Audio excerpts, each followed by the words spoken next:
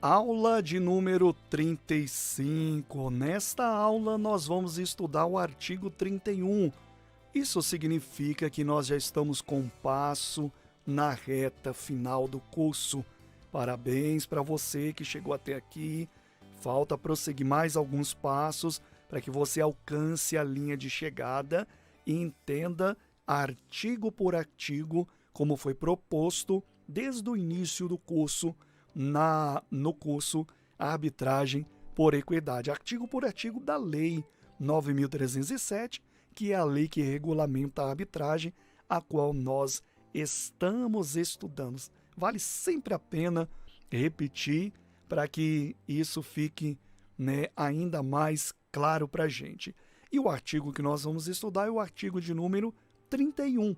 Nesse artigo, a gente tem como tema os efeitos da sentença arbitral. Quais são os efeitos da sentença arbitral? Qual é a validade que ela tem? E o que isso pode acarretar para as partes e também para os seus sucessores. É exatamente isso que nós vamos ver agora. Já passando aqui, nós vamos ver aqui na íntegra da Lei 9.307, o artigo 31, e vamos fazer a leitura dele agora. Vamos lá?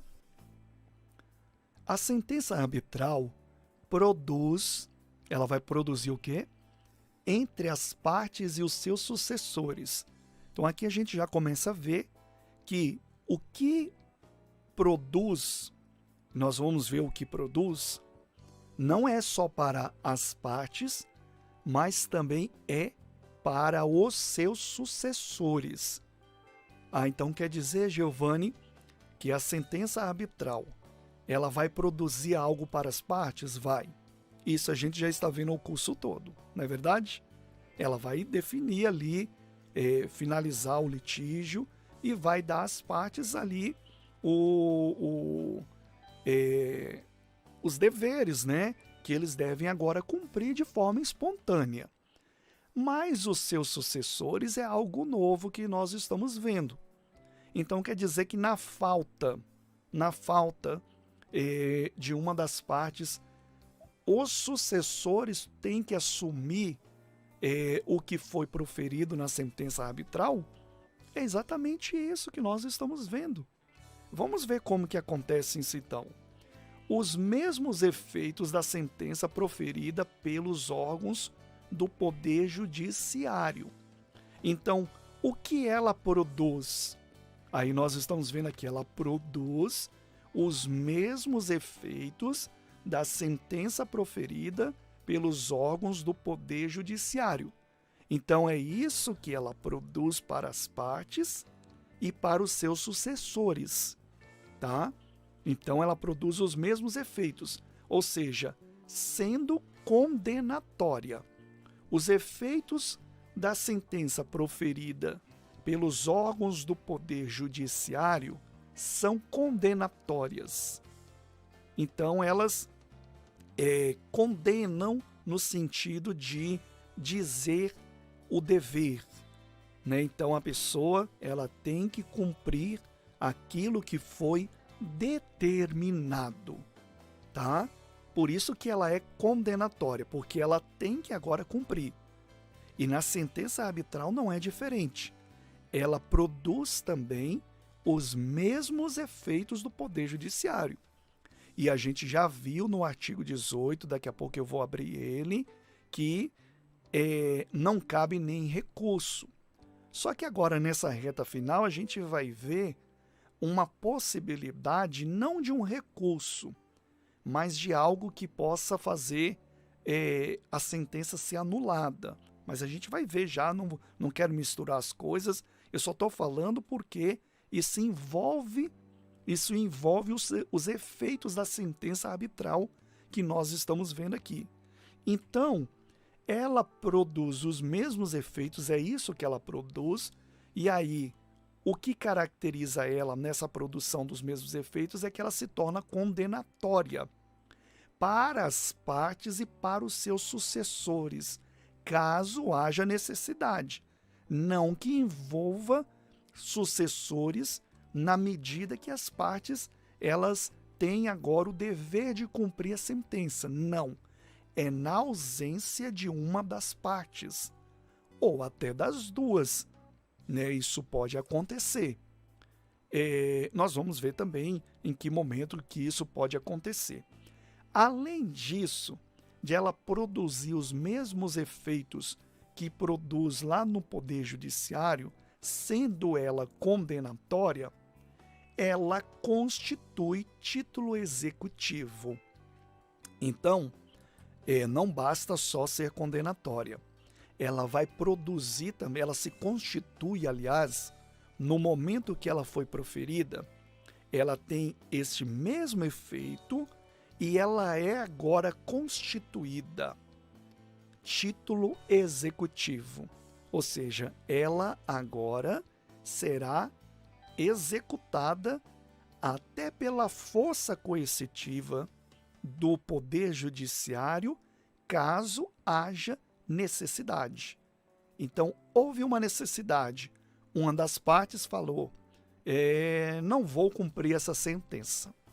E aí o que acontece? A parte interessada, prejudicada, pode agora ter, com essa sentença, né, a execução dela pelo Poder Judiciário, não pelo árbitro.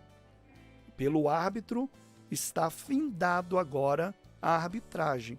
Agora, é lógico que o árbitro ele também pode se comunicar com o juiz estatal, o juiz togado, né?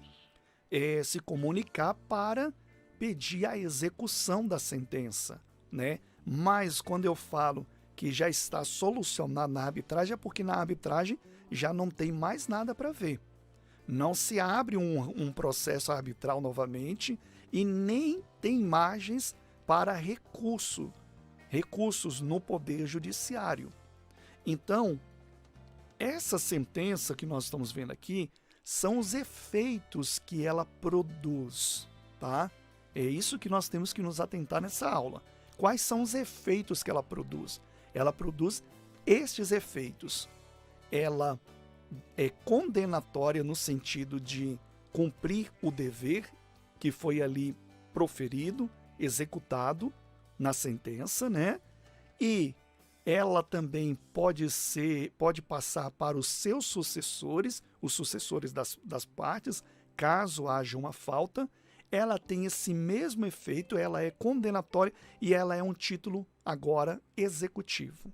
Ela se constitui título executivo.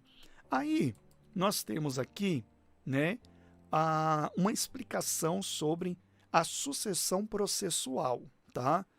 A sucessão processual é a substituição da parte. Então, quando nós estamos falando aqui que a sentença produz não só para as partes, mas para os seus sucessores, nós estamos falando disso aqui, sucessão processual. É a substituição da parte, tá? Em razão da modificação da titularidade do direito material firmado em juízo. Exemplo. O exemplo clássico é morte de uma das partes. Então quer dizer que a sentença arbitral, uma vez proferida, ela tem esse mesmo efeito, ela é condenatória. Olha aí a condenação, ou seja, ela tem que ser cumprida. Ela tem que ser cumprida. E ela constitui também título executivo.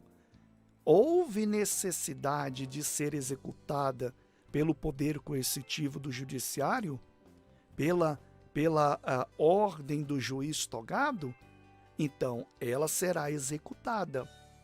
Então quer dizer que, na ausência de uma das partes, como no exemplo clássico que vimos aqui, de morte, ela não deixa de ser executada? Não deixa. Ela será cumprida. Ela será cumprida. E quem vai cumprir? O sucessor da parte que, no exemplo que nós estamos vendo, veio a falecer, veio a óbito.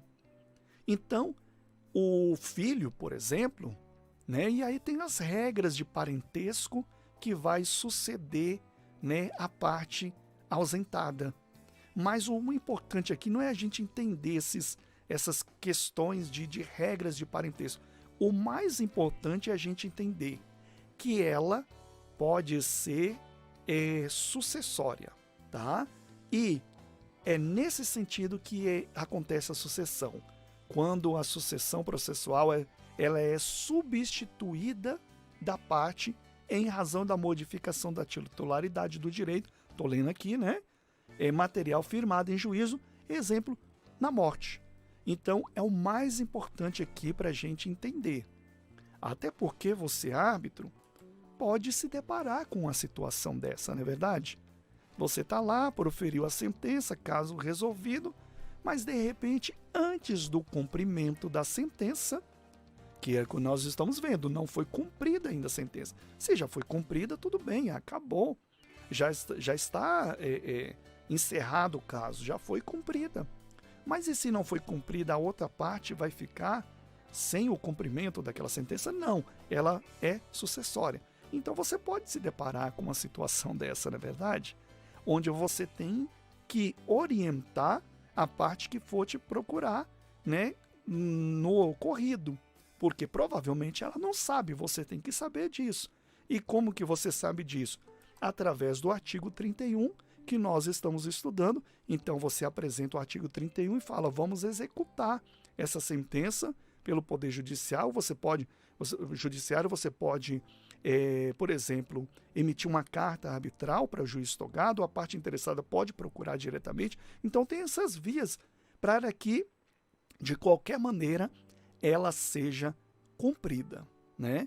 E aqui, passando adiante, a gente tem uma breve explicação também sobre a questão de título executivo judicial. Título executivo judicial tem o intuito de possibilitar que uma parte entre com uma ação forçando a execução em juízo. Então, é o que nós já estamos explicando, né?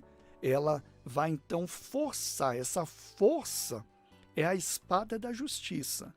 Quem é que possui a espada da justiça? O juiz togado. Ele possui a jurisdição, né, de dizer o direito.